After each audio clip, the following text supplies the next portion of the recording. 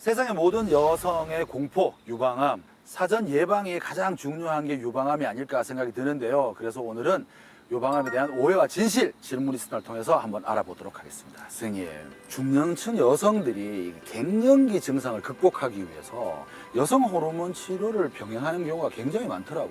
네. 그런데 이런 이야기가 있습니다. 여성 호르몬 치료를 받으면 유방암에 걸릴 확률이 높다. 이거 사실인가요? 한편으로 좀 사실이라고 얘기를 드릴 수가 있을 것 같습니다.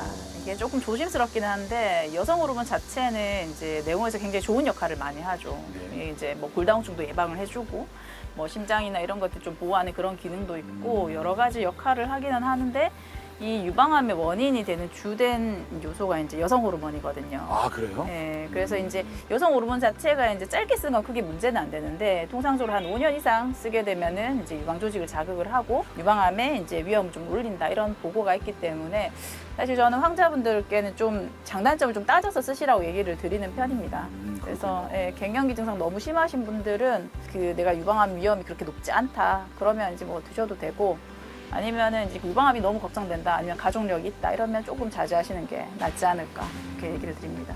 유방암의 원인이라는 거는 모든 암에도 똑같겠지만은 나이도 있을 수 있고요, 유전적인 요소도 있을 수 있고 그 이외에 생활 패턴에 대한 문제도 분명히 있을 거라는 생각이 드는데요.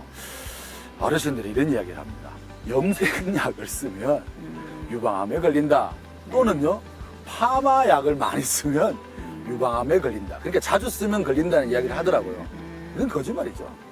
이게 몇 년 전에 기사가 났었어요. 인터넷에 기사가 났었고 저도 그거를 이제 본 적이 있고 그 환자분들 외래 올 때마다 염색해도 됩니까? 자주 듣는 질문입니까? 파마해도 됩니까? 이렇게 물어보시더라고요. 네. 근데 물론 파마약, 염색약 자체가 이제 독성이 좀 있기 때문에 뭐 좋지는 않겠죠. 좋지는 않지만 사실 아직까지 유방암하고 명확하게 연관성이 밝혀진 건 아니기 때문에 이건 조금 조심스럽게 이제 접근을 해야 되지 않겠나. 그래서 그 유방암이라고 하면은 여성들이 걸리는 네. 병이다 이렇게 알고 있는데 남자도 유방암에 걸릴 수 있다고 그러더라고요.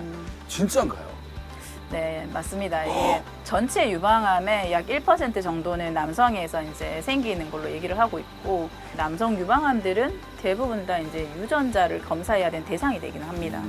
유전이 아니고는 사실 이제 걸릴 확률도 많이 떨어지고 하기 때문에 흔하게들 남자분들 이제 여성형 유방 가슴 좀 튀어나오는 경우 한 번씩 보시잖아요. 네네. 주변에도 여자처럼 가슴이 좀 나왔다 그래서 유방암의 유병률이 높아지는 거는 아니거든요. 그 형태에 따른 건 아니고. 네, 형태에서 다른 거는 아니고 보통은 유전성 경향이 있으면 유방암에 이제 발생 위험도 조금 올라가고 가족력 있거나 이런 경우 조금 더 그렇고 생길 수는 있습니다. 그 1%의 남성분들은 다르게 치료가 되는 겁니까? 일반적으로는 사실 같은 유방암으로 보고 이제 전신 치료나 이런 것들은 대개는 유사하게 흘러간다라고 생각을 하면 되는데 아무래도 이제 이런 남자 유방암들의 케이스가 적기 때문에 연구 결과에 한계는 있다라고 얘기를 할 수가 있겠습니다.